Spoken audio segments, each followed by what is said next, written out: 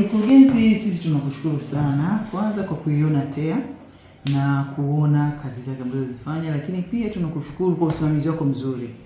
Basically katika miradi ambayo tumetekeleza tumeona juhudi zako, jinsi ambavyo umeweza kuwasimamia hata wale watoa huduma, jinsi ambavyo wanavyotakiwa kufanya kazi. Na pia ni kwa fursa hii napenda kutoa wito kwa watekelezaji wa miradi wote kwamba hii miradi tunayotekeleza ni kwa fedha za serikali na ni fedha zetu sisi wananchi. Kwa hiyo inapokuja fedha kutoka serikalini kwa ajili ya utekelezaji wa miradi, tuhakikishe kwamba tunaisimamia vilivyo ili tuweze kuwa na impact kwa kile ambacho tunakitarajia.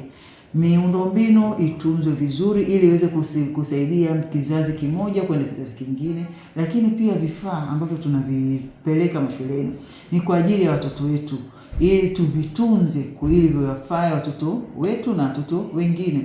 Lakini pia tuangalie pia ubora hata vile vifaa vyenyewe tunavyoviagiza, sababu tunategemea shule isiagize vifaa ambavyo viko katika low standard. Wale ni wanafunzi wanavitumia. Unapoagiza vifaa ambavyo viko katika low standard, baada ya muda mfupi vile vifaa havifai. Kwa hiyo maana ile fedha inakuwa kama umeitupa, kitu ambacho sio kizuri. Kwa hiyo tuhakikishe tunasimamia ujenzi wa miundombinu, lakini pia vile vifaa tuhakikishe kwamba tunavitunza ili tatizo tuwe tunalitatua, tusiwe tatizo tunali-create. Mwaka huu umeletewa hiki lakini mwakani bado unajikuta kwamba unauhitaji tena ule ule. Kwa wote kwa pamoja tuwe wazalendo, tusimamie hizi fedha zetu na ili tuweze kuboresha mazingira yetu kujifunza na kujifunzia. Kikubwa tunashukuru TEA kwa kazi kubwa aliyofanya kuboresha miundombinu ya elimu, lakini pia katika kuboresha ufaulu wa wanafunzi.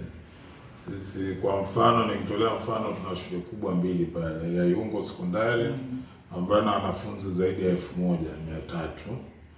Kwa kwenye malazi walikuwa na changamoto, unakuta wanafunzi wengi mashuleni lakini sehemu za kulala inakuwa ni changamoto, lakini imesaidia kutatua changamoto ya miundombinu ya mabweni, ambapo ile shule ni kama kitaifa, walikuwa na banana lakini sasa wanakaa vizuri, lakini na uboreshaji wa ujumla wa elimu. Kwa hiyo ukiangalia Iungo ni kati ya shule zinazofanya vizuri kutokana na maboresho yaliyofanyika. Lakini la pili ni shule ya Rugambwa Sekondari ambayo ni shule ya wasichana, lakini pia na watu wenye changamoto au wenye mahitaji maalum pia nachukua wapo pale.